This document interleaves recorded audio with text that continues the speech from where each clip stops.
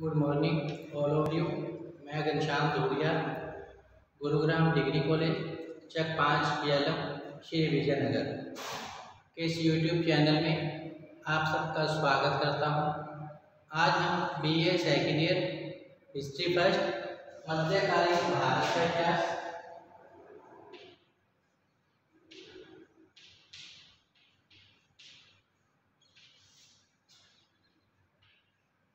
मध्यकालीन भारत का इतिहास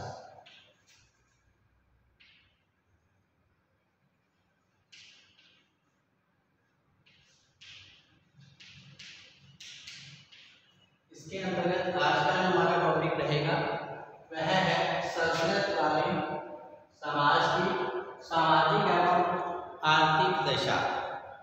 सल्तनत कालीन समाज की सामाजिक एवं आर्थिक दशा, इसके बारे में जानकारी प्राप्त करेंगे। जैसा कि सल्तनत काल 1206 से 1526 तक के काल को भारतीय इतिहास में सल्तनत काल के नाम से जाना जाता है। इस काल में अनेक सुल्तानों और शासकों ने शासन किया था तथा दिल्ली सल्तनत की सीमाओं को विस्तारित किया था। सल्तनत काल में गुलाम वंश, खिलजी वंश, तुगलक वंश, सैयद वंश, लोधी वंश। सल्तनत काल में गुलाम वंश, खिलजी वंश, तुगलक वंश, सैयद वंश एवं लोधी वंश के शासकों ने शासन किया था। तो आइए देखते हैं इन वंशों की काल अवधि क्या रही थी, इनके संस्थापक कौन थे। सबसे पहले गुलाम वंश।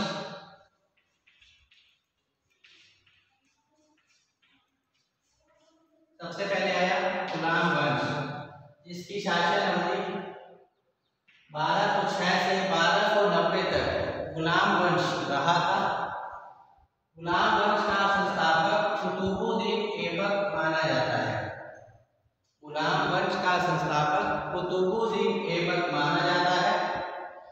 अन्य जो महत्वपूर्ण शासक रहे वह इल्तुतमिश रजिया सुल्तान, जो कि पहली सल्तनत काल की महिला शासिका रही थी। इसके अलावा बलबन इस वंश के प्रमुख शासक थे। इसके पश्चात 1290 में खिलजी वंश स्थापित हुआ। 1290 में खिलजी वंश स्थापित हुआ, जो कि 1320 तक चला। इस वंश के संस्थापक जलालुद्दीन खिलजी रहे। इस वंश के संस्थापक जलालुद्दीन खिलजी रहे थे। इसके अलावा अलाउद्दीन खिलजी इस वंश का सबसे महत्वपूर्ण प्रभावशाली योग्य शासक हुआ, जिसने उत्तरी भारत दक्षिण भारत का सैनिक अभियान किया था और अपनी योग्यता का परिचय दिया था। अलाउद्दीन खिलजी ने आर्थिक क्षेत्र में, प्रशासनिक क्षेत्र में भी अनेक महत्वपूर्ण सुधार कार्य किए थे। उसकी आर्थिक क्षेत्र की सफलता का जो मूल आधार रहा था वह था उसकी बाजार नियंत्रण नीति, जिसके अंतर्गत उसने प्रत्येक वस्तु के मूल्य निश्चित कर दिए थे तथा उनके दाम भी कम कर दिए थे। तो 1290 से 1320 तक खिलजी वंश चला, जिसके संस्थापक जलालुद्दीन खिलजी माने जाते हैं। जलालुद्दीन खिलजी अलाउद्दीन खिलजी के चाचा जी थे और ससुर भी। इसके पश्चात 1320 में तुगलक वंश स्थापित हुआ।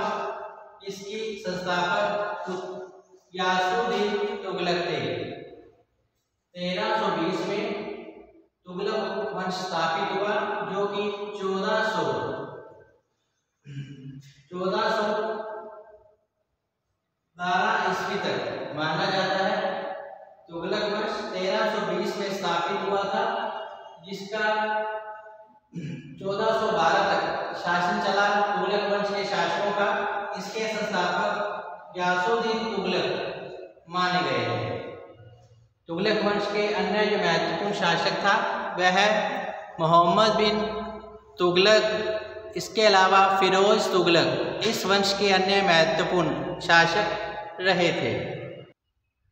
इस प्रकार तुगलक वंश जिसने 1320 से 1412 ईस्वी तक शासन किया था, इसके संस्थापक ग्यासुद्दीन तुगलक थे। अन्य महत्वपूर्ण शासक मोहम्मद बिन तुगलक, फिरोज तुगलक रहे। मोहम्मद बिन तुगलक जिन्होंने की अनेक प्रकार की योजनाओं को लागू किया था, जिनमें दोआब में कर वृद्धि, राजधानी परिवर्तन दिल्ली से दौलताबाद, इसके अलावा खुरासान विजय, कराजल विजय, तांबे की सांकेतिक मुद्रा का प्रचलन आदि मोहम्मद बिन तुगलक द्वारा चलाई गई विभिन्न योजनाएं हैं। दुर्भाग्यवश ये योजनाएं असफल रही थी। इसके अलावा फिरोज तुगलक जिसने प्रशासनिक क्षेत्र में अनेक महत्वपूर्ण कार्य किए, उलेमा वर्ग की सलाह से शासन कार्य करते थे। हिंदुओं के प्रति इसकी नीति कठोर थी तथा फिरोज तुगलक एक धर्मांध व्यक्ति था जो कि इस्लाम धर्म को स्थापित और प्रचार प्रसार करना अपना मुख्य धर्म मानता था। तो इस प्रकार फिरोज तुगलक की धार्मिक नीति तुगलक वंश के पतन का कारण बनी थी। तुगलक वंश के पश्चात सैयद वंश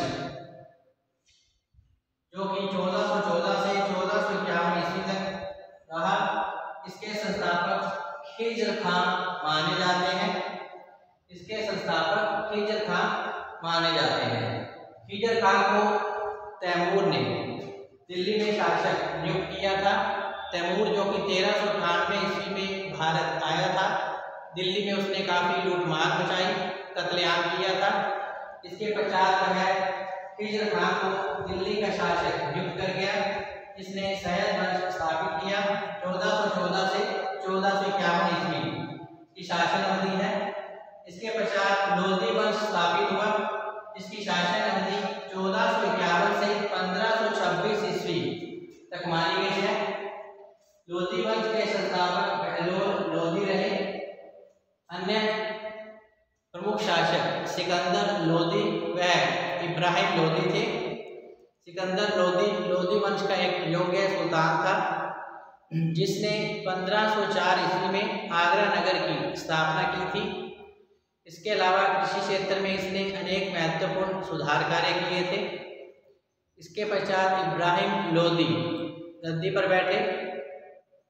इब्राहिम लोधी दिल्ली सल्तनत का अंतिम सुल्तान था, जिसे बाबर ने पानीपत के प्रथम युद्ध में पराजित करके दिल्ली सल्तनत का अंत कर मुगल वंश की स्थापना की थी 1526 ईस्वी में। इस प्रकार सल्तनत वंश के अंतिम शासक इब्राहिम लोधी बाबर के साथ हुए पानीपत के प्रथम युद्ध में 1526 में लड़ता हुआ पराजित होता है और भारत में मुगल वंश की स्थापना बाबर के द्वारा 1526 ईस्वी में कर दी जाती है। इस प्रकार 1206 से 1526 तक कुल 5 वंशों ने लगभग 320 वर्षों तक शासन किया था। सबसे लंबा शासन तुगलक वंश के शासकों ने किया तथा कम जो शासन अवधि रही इस वंश की वह था खिलजी वंश। खिलजी वंश ने सबसे कम समय तक शासन किया दिल्ली में, जबकि तुगलक वंश के शासकों ने सबसे अधिक लंबा शासन किया था। तो इस प्रकार 1206 से 1526 तक के काल को भारतीय इतिहास में सल्तनत काल के नाम से जाना जाता है। तो आइए अब हम देखते हैं सल्तनत कालीन समाज की सामाजिक और आर्थिक दशा किस प्रकार से रही थी। तो इस प्रकार भारतीय इतिहास में 1206 से 1526 तक के काल को सल्तनत काल के नाम से जाना गया था। इस काल में अनेक महत्वपूर्ण शासक हुए। कुतुबुद्दीन ऐबक, इल्तुतमिश, रजिया सुल्तान, बलबन, जलालुद्दीन खिलजी, अलाउद्दीन खिलजी, ग्यासुद्दीन तुगलक, मोहम्मद बिन तुगलक, फिरोज तुगलक, खिज्र खान, बहलोल लोदी, सिकंदर लोदी, इब्राहिम लोदी आदि महत्वपूर्ण शासक हुए। तो इनके समय में समाज की सामाजिक दशा किस प्रकार से रही थी, आइए इसके बारे में जानकारी प्राप्त करते हैं। सल्तनत काल की सामाजिक दशा। सल्तनत काल में जो भारतीय समाज था वह दो भागों में बंटा हुआ था। सल्तनत काल में भारतीय समाज दो भागों में बंटा हुआ था। पहला था परंपरागत हिंदू समाज, पहला परंपरागत हिंदू समाज जो कि मुस्लिम आक्रमणों से संघर्ष कर रहा था। इस संघर्ष के कारण उनमें जो प्रतिक्रिया हुई थी उसी ने हिंदू समाज को अधिक रूढ़िवादी बना दिया था। दूसरा था मुस्लिम समाज, पहला हिंदू समाज, दूसरा मुस्लिम समाज। यद्यपि संख्या में कम था लेकिन विजेता होने के कारण ये वर्ग अधिक शक्तिशाली था। अपनी सामाजिक अवधारणाओं के कारण और गतिशीलता के कारण इस्लाम धर्म का प्रचार प्रसार करना ये अपना मुख्य धर्म मानते थे। तो मुस्लिम समाज जो कि संख्या में कम जरूर था लेकिन विजेता होने के कारण ये अधिक शक्तिशाली था। सामाजिक अवधारणाओं के कारण वह गतिशील था तथा इस्लाम धर्म का प्रचार प्रसार करना ये अपना मुख्य धर्म मानते थे मुस्लिम शासक। आइए देखते हैं सामाजिक दशा में पहली हेडिंग है वर्ग विभाजन। नंबर 1 है वर्ग विभाजन। नंबर 1 वर्ग विभाजन। सल्तनत काल के अंतर्गत भारतीय समाज दो वर्गों में बंटा हुआ था, मुस्लिम समाज और दूसरा हिंदू समाज। मुस्लिम समाज वास्तव में शासक वर्ग था जबकि हिंदू समाज शासित वर्ग रहा था। मुस्लिम समाज वास्तव में शासक वर्ग था जबकि हिंदू समाज शासित वर्ग रहा था। मुस्लिम समाज भी दो भागों में बंटा हुआ था। नंबर 1 था विदेशी मुसलमान और दूसरा था भारतीय मुसलमान। पहला था विदेशी मुसलमान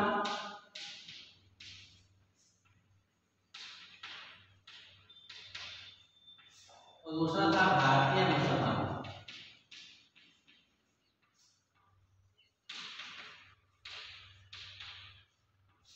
मुस्लिम समाज भी दो भागों में बंटा हुआ था।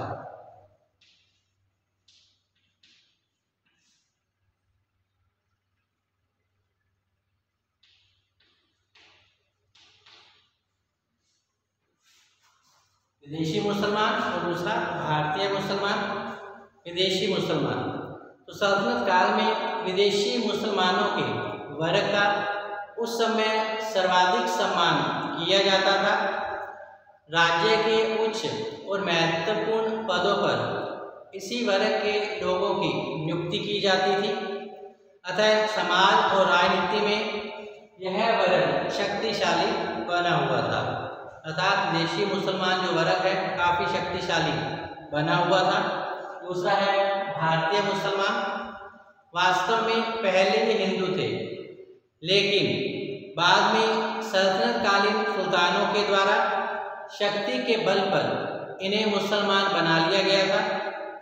इन्हें प्रशासन के निम्न पदों पर नियुक्तियां दी जाती थी और इन्हें कोई भी विशेषाधिकार प्राप्त नहीं थे।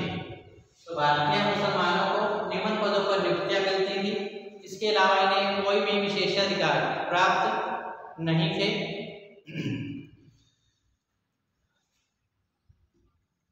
फिर है हिंदू समाज। तो सल्तनत काल में हिंदू समाज में उस समय जाति प्रथा, ऊंच नीच, छुआछूत आदि बुराइयां फैली हुई थी। पहला जो विदेशी मुसलमान था दो भागों में बंटा हुआ था। मुस्लिम समाज जो कि दो भागों में बंटा हुआ था, पहला विदेशी मुसलमान और दूसरा भारतीय मुसलमान। आइए सल्तनत काल में हिंदू समाज जाति प्रथा, ऊंच नीच, छुआछूत अनेक बुराइयों में बंटा हुआ था। मुसलमान आगमन के कारण हिंदुओं के जाति प्रथा नियमों को और अधिक कठोर बना दिया था। हिंदू लोग जादू टोने में विश्वास रखते थे। बलि प्रथा, जौहर प्रथा आदि बुराइयां उस समय हिंदू समाज के अंदर फैली हुई थी। हिंदुओं की दशा काफ़ी खराब थी, क्योंकि इन्हें प्रशासन के निम्न पदों पर नियुक्त किया जाता था। ये लोग बहुमूल्य वस्त्र, आभूषण भी धारण नहीं कर सकते थे। हिंदू समाज के लोग बहुमूल्य वस्त्र, आभूषण धारण भी नहीं कर सकते थे। इनके साथ सुल्तानों के द्वारा कठोर अपमानजनक व्यवहार किया जाता था। इन्हें स्वतंत्रता का अधिकार प्राप्त नहीं था, अर्थात धार्मिक स्वतंत्रता का अधिकार इन्हें नहीं मिला हुआ था। न ही इन्हें अपने रीति रिवाजों का पालन करने की कोई छूट दी गई थी। मुस्लिम लोग हिंदू कन्याओं का अपहरण कर लेते थे और जबरदस्ती उनसे विवाह कर लेते थे। तो इस प्रकार वर्ग विभाजन बना हुआ था। एक तरफ मुस्लिम समाज और दूसरी तरफ हिंदू समाज, दो भागों में समाज बंटा हुआ था। वर्ग विभाजन, दो भागों में समाज बंटा हुआ था, मुस्लिम समाज और दूसरा हिंदू समाज।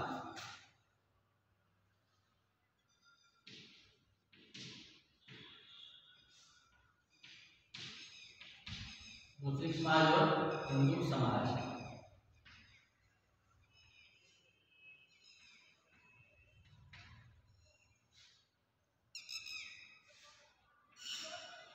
मुस्लिम समाज भी दो भागों में बंटा हुआ था, विदेशी मुसलमान, भारतीय मुसलमान। नेक्स्ट है 2 नंबर दास प्रथा।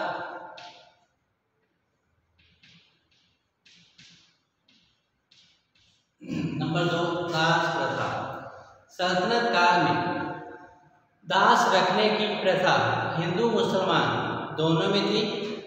दासों को बाजारों में खुले रूप में खरीदा और बेचा जाता था। गुलाम या दास रखना उस समय समाज में प्रतिष्ठा का सूचक माना जाता था। जिसके पास जितने अधिक दास होते थे वह परिवार उतना ही प्रतिष्ठित समझा जाता था। उस समय अमीर सरदार काफ़ी संख्या में दास रखते थे। अलाउद्दीन खिलजी के पास 50,000 दास थे, जबकि फिरोज तुगलक के पास 1,80,000 दास रहे थे। अलाउद्दीन खिलजी के पास 50,000 दास थे, जबकि फिरोज तुगलक के पास 1,80,000 दास रहे थे। दासों का क्रय विक्रय उस समय किया जाता था। मुस्लिम समाज में उच्च स्थान प्राप्त करने की अनुमति दासों को प्राप्त थी। कुतुबुद्दीन ऐबक, इल्तुतमिश, बलबन आदि जो दास थे अपनी योग्यता प्रतिभा के बल पर ही सुल्तान पद प्राप्त करने में सफल रहे थे। स्वामी को अपने दासों को मुक्त करने का भी अधिकार था। स्वामी को अपने दासों को मुक्त करने का भी अधिकार था। नेक्स्ट है स्त्रियों की दशा।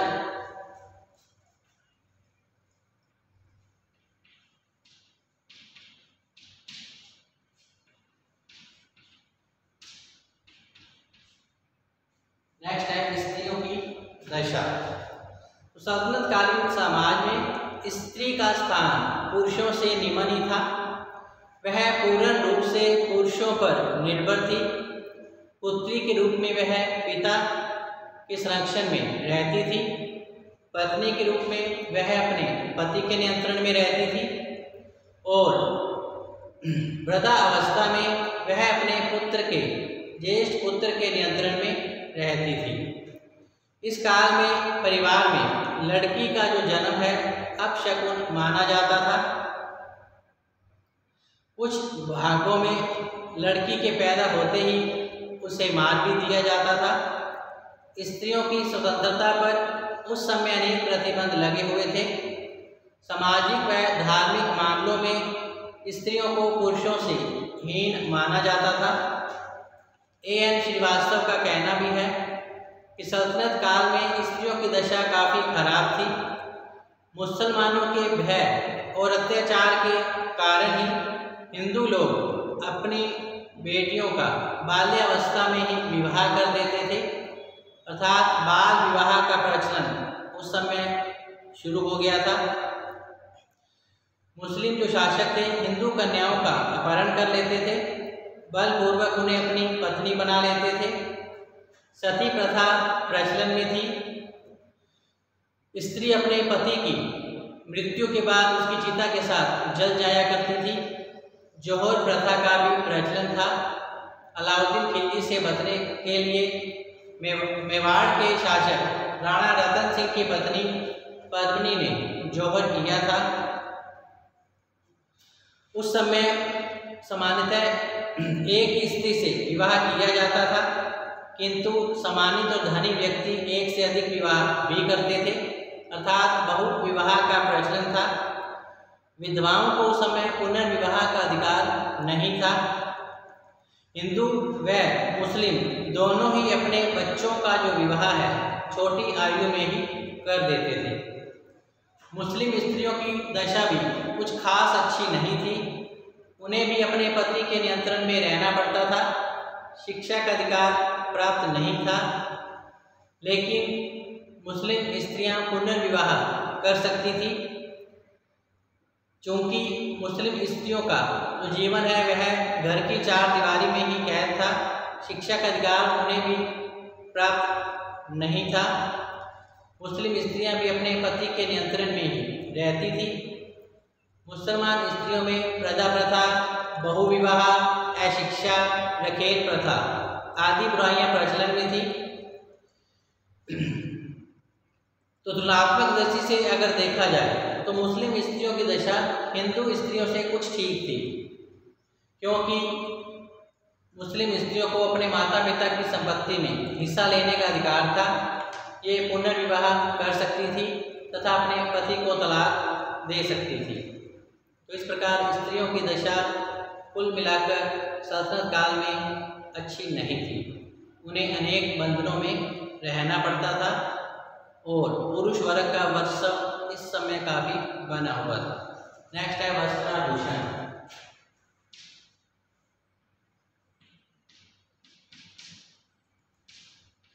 नेक्स्ट है वस्त्राभूषण। तो इस प्रकार सल्तनत काल में साधारणतः हिंदू पुरुष धोती पगड़ी पहनते थे, स्त्रियां साड़ी पहनती थी। सूती, ऊनी और रेशमी वस्त्रों का प्रचलन था। लोग बहुमूल्य रंगीन वस्त्र धारण करते थे। मुस्लिम समाज के लोग बहुमूल्य और रंगीन वस्त्र धारण करते थे।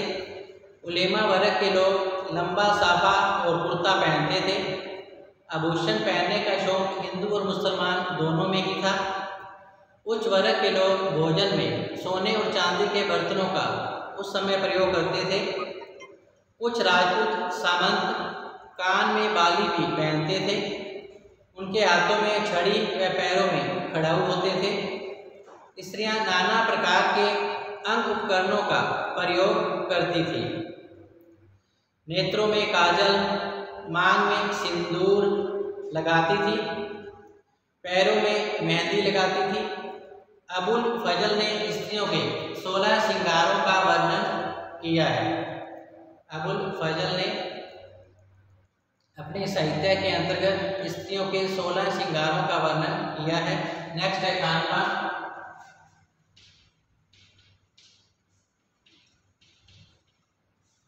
खानपान सल्तनत काल में अधिकांश हिंदू शाकाहारी थे, मांस का प्रयोग नहीं करते थे। चावल, गेहूं, जौ, दूध आदि का सेवन उस समय किया जाता था, परंतु शूद्रों में मांसाहार का प्रचलन था। उत्सवों एवं त्योहारों पर स्वादिष्ट व्यंजन उस समय बनाए जाते थे। मुस्लिम लोग मांस का प्रयोग करते थे। हिंदू व मुस्लिम दोनों ही शराब पीते थे। नेक्स्ट है मनोरंजन के साधन।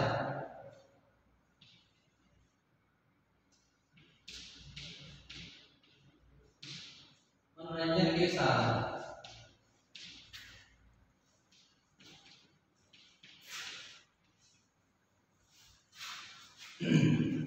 सल्तनत काल में मनोरंजन के उस समय अनेक साधन थे। संगीत, नृत्य, नाटक, अखेल, चौपड़ आदि उस समय मनोरंजन के मुख्य साधन रहे थे। इसके अलावा कुश्ती, कबड्डी, पशु पक्षियों के युद्ध आदि भी मनोरंजन का साधन रहा था। मेले त्योहार उत्साहपूर्वक उस समय मनाए जाते थे। हिंदुओं में दीपावली, दशहरा, होली आदि त्योहार मनाए जाते थे, जबकि मुसलमानों में ईद, मुहर्रम, शब-ए-रात, नौरोज आदि त्योहार प्रचलन में थे। अमीर वर्ग शिकार के द्वारा अपना मनोरंजन किया करता था। शतरंज भी उस समय का एक महत्वपूर्ण खेल रहा था। तो इस प्रकार मनोरंजन के अनेक साधन सल्तनत काल में प्रचलन में रहे थे।